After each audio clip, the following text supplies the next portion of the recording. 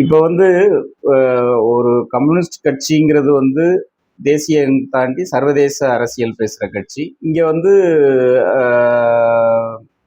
மற்ற கட்சிகள் இதில் வந்து திராவிட முன்னேற்ற கழகம் இவங்க வந்து பிராந்தியவாதம் பேசுகிறாங்க. இது எல்லாமே வந்து இப்போ நீங்கள் சொல்லிக்கிட்டு வந்ததுல எல்லாம் இருக்குது. இதில் வந்து இந்த தேர்தலில் இப்போ நம்ம இந்த இந்த சூழலில் இப்போ இந்த அரசியல் சூழல் பாஜகவுக்கு எதிராக நம்ம சொல்கிற கம்யூனிஸ்ட் ஒர்க்கர்ஸ் பார்ட்டி சொல்கிற இதில் வந்து 2 பிரதானமான இது வந்து ஒன்று அவங்க வந்து தமிழ்நாட்டிலிருந்து கொண்டு போகக்கூடிய ₹1 அவங்களுக்கு வந்துச்சுன்னு சொன்னா அதுல வந்து 25 பைசா தான் வந்து 29 பைசா தான் வந்து தமிழ்நாட்டுக்கு செலவழிக்கிறாங்க.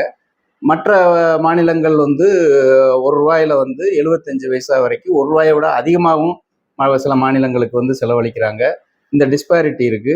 அதனால வந்து இந்த இது ₹1 இங்கிருந்து செலவழிக்கிறாங்கன்னு சொன்னா அதுக்குரிய இது வந்து தமிழ்நாட்டுக்கு வரணும் அப்படிங்கிற ஒரு இது அந்த இஷ்யூவும் அது மாதிரி வந்து இந்த மக்கள் தொகையின் அடிப்படையில் வந்து தொகுதி மறுவரையறை செய்யப்பட்டால் வந்து இது தொகுதியுடைய எண்ணிக்கை குறையும். தமிழ்நாட்டுக்கு வந்து அதாவது தென் மாநிலங்களுக்கு வந்து தொகுதியுடைய எண்ணிக்கை குறையும் அப்படின்னு சொல்றதும், இன்னொன்று வந்து அதே மாதிரி வந்து ஹிந்தி இவங்கெல்லாம் இங்கே அதிகமாக வர்றதுனால வந்து நிறைய சர்வீஸில் ஹோட்டல்ஸில் இந்த மாதிரி ஏர்பிளேனில் இந்த மாதிரி பொது இடங்களில் வந்து ஆங்கிலமே தெரியாதவங்க வந்து நிறைய வர்றதுனால வந்து ஹிந்தி தெரியாத தமிழ்நாட்டு மக்களுக்கு வந்து பிரச்சனை வருது, அதை கணக்கில் எடுத்துக்கணும்னு சொல்றது. இது எல்லாமே வந்து ஒரு கம்யூனிஸ்ட் கட்சி எடுக்கக்கூடிய நிலைப்பாடா? இது ஒரு பிராந்தியவாதம் மாதிரி இல்லையா? பிராந்தியவாதம்ங்கிறது வந்து என்னன்னு சொல்லி சொன்னா, பிராந்திய முதலாளிகளினுடைய நலனை கணக்கில் எடுத்துக்கிட்டு எடுக்கக்கூடிய வாதம் தான் பிராந்தியவாதம். பிராந்தியவாதம்ங்கிறது வந்து வடக்கு வாழ்கிறது தெற்கு தேய்கிறது அப்படின்னு சொல்லிட்டு வந்து அவங்க முதல்ல ஒரு வாதம் வந்து வச்சாங்க, டிஎம்கே. அதனுடைய இது என்னன்னாக்கா, பொருளாதார ரீதியா வடக்குல நல்லா இருக்காங்க, தெற்குல மோசமா இருக்காங்க. அது என்னன்னாக்கா, முதலாளிகள் முதலீட்டாளர்கள் அவங்களுடைய நலனை மனசுல வச்சு இது பண்றது. இது வந்து தமிழ் மக்கள் சந்திக்கக்கூடிய நடைமுறை பிரச்சனை. இது இன்னொன்னு வந்து என்னன்னாக்க, இது வந்து ஒரு வெளிப்படையான முதலாளித்துவ ஜனநாயக வரம்புக்குள்ளே வந்து நீங்க பாத்தீங்கன்னா கூட வந்து கூட்டாட்சி தத்துவத்தின் மேல வந்து கை வைக்கிறது, அப்பட்டமா கை வச்சு யூனிட்டரி சிஸ்டத்தை கொண்டு வர்றதுக்கு வந்து ஏற்பாடு பண்றது. அப்ப இதுல வந்து மக்களினுடைய நலன் சம்பந்தப்பட்டிருக்கு. மக்களினுடைய நலன் சம்பந்தப்பட்டிருக்கக்கூடிய பிரச்சனைகள் பிராந்தியம் சார்ந்ததாக இருந்தாலும் கம்யூனிஸ்டுகள் எடுக்கணும்.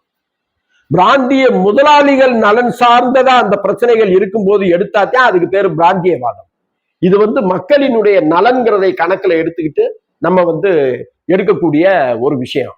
ஏன்னா மக்கள் மனதில் இருக்கக்கூடிய எந்த கேள்வியையும் நம்ம வந்து செட்டசைட் பண்ணிட்டு சைட் லைன் பண்ணிட்டு வந்து நம்ம போகக்கூடாது.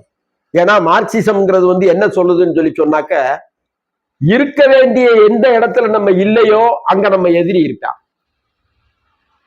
நம்ம இது பற்றிய சரியான கருத்தை நம்ம வைத்து நிலைநாட்டலேன்னு சொல்லி சொன்னாக்க, அவன் என்ன பிரச்சாரம் பண்ணுவானாக்க, இவன் எப்ப பார்த்தாலும் வந்து இந்த வர்க்கம் அதுன்னு வந்து பேசிக்கிட்டு இருக்கா, அன்றாட நம்ம படக்கூடிய கஷ்டங்கள் எதுவுமே இவன் பார்வையில படாது அப்படின்னு சொல்லிட்டு வந்து பேசுவான்.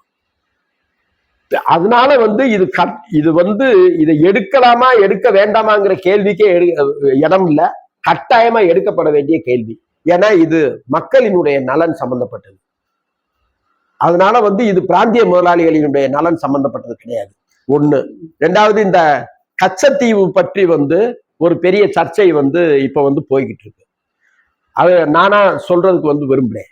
அதாவது இப்ப இவங்க கச்சத்தீவு அவர் விட்டு கொடுத்துட்டாரு, நேரு முதல்ல அதை பற்றி வந்து பெருசா மனசுல வைக்கல, Indira Gandhi just like that அவங்க கொடுத்துட்டு போயிட்டாங்க, இப்படியெல்லாம் வந்து அவங்க வந்து சொல்றாங்க. அதனால என்னமோ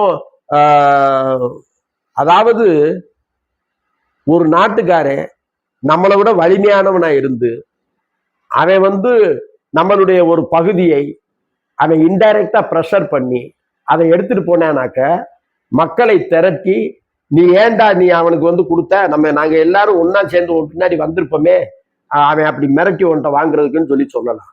இலங்கை அப்படி வந்து மிரட்டி வாங்குற நாடா? அப்ப அன்னைக்கு கொடுத்ததுக்கான ஒரு காரணம்ங்கிறது வந்து என்னன்னு சொல்லிட்டு வந்து சொன்னாங்க, அன்னைக்கு நடுநிலை நாடுகளினுடைய தலைவனா இந்தியா வந்து இருந்துச்சு. சுத்தி இருக்கக்கூடிய எல்லா நாடுகளோடையும் வந்து நல்லுறவினை வந்து பராமரிச்சிச்சு. எல்லா நாடுகளுமே இந்தியாவை இது பண்ணாங்க. இன்னைக்கு இருக்கக்கூடிய நிலைமை என்ன? சுத்தி இருக்கக்கூடிய எல்லா சின்ன நாடுமே நமக்கு எதிரி. சுத்தி இருக்கக்கூடிய நேபாளத்துல ஆரம்பிச்சு பங்களாதேஷ் எல்லா நாடுகளுமே வந்து நமக்கு எதிரான நிலை எடுத்துக்கிட்டே வந்து இருக்காங்க. அப்ப அந்த மாதிரி ஒரு கண்டிஷன்ல, அதுவும் போக ஐநா சபையில வந்து என்னன்னு சொன்னா, இந்த மாதிரி வந்து ஒரு நிலையில்லாத ஒன்ன வந்து எடுக்கக்கூடாது. அதாவது மீன்பிடி உரிமை இருக்கும், வலை காய போடுறதுக்கு உரிமை இருக்கும், ஆனா அது இலங்கையினுடைய பகுதி, இப்படி எல்லாம் இருக்கக்கூடாது. இலங்கையினுடைய பகுதினாக்க இலங்கையினுடைய பகுதின்னு அறிவி, உன்னுடைய பகுதினாக்க உன்னுடைய பகுதின்னு அறிவி.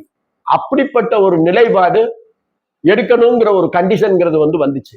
அத்தகைய ஒரு ஒப்பந்தம்ங்கிறது வந்து எட்டப்பட்டுச்சு. அப்படி எட்டப்படும் போது அந்த சமயத்துல செய்யப்பட்டதே இது. இது வந்து பெரிய ஒரு தமிழ் மக்களுக்கு இழைக்கப்பட்ட துரோகமோ ஏதோ கிடையாது. மொத்த கச்சத்தீவுங்கிற அந்த இடங்கிறது வந்து 115 ஏக்கர் நிலம். ஒரு வீடு கூட கிடையாது, ஒரு மனுஷன் கூட நிரந்தரமா அங்க குடியிருக்கல. அங்க இருக்கிறது ஒரே ஒரு சர்ச்சு. அந்த சர்ச்சோட டயசிஸ் வந்து இலங்கையில இருக்கு.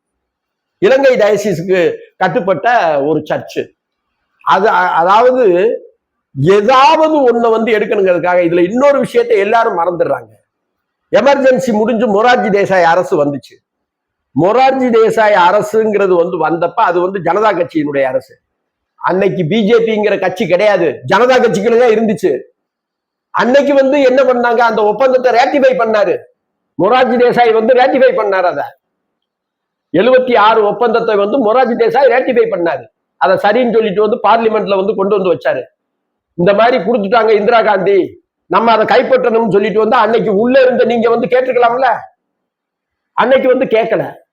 இன்னைக்கு அரசியல் லாபத்துக்காக இந்த மாதிரி இது வந்து பண்ணிக்கிட்டு இருக்காங்க. எனக்கு என்ன ஞாபகம் வருதுன்னு சொல்லி சொன்னா, கனடா பிரதமர் வந்து இந்த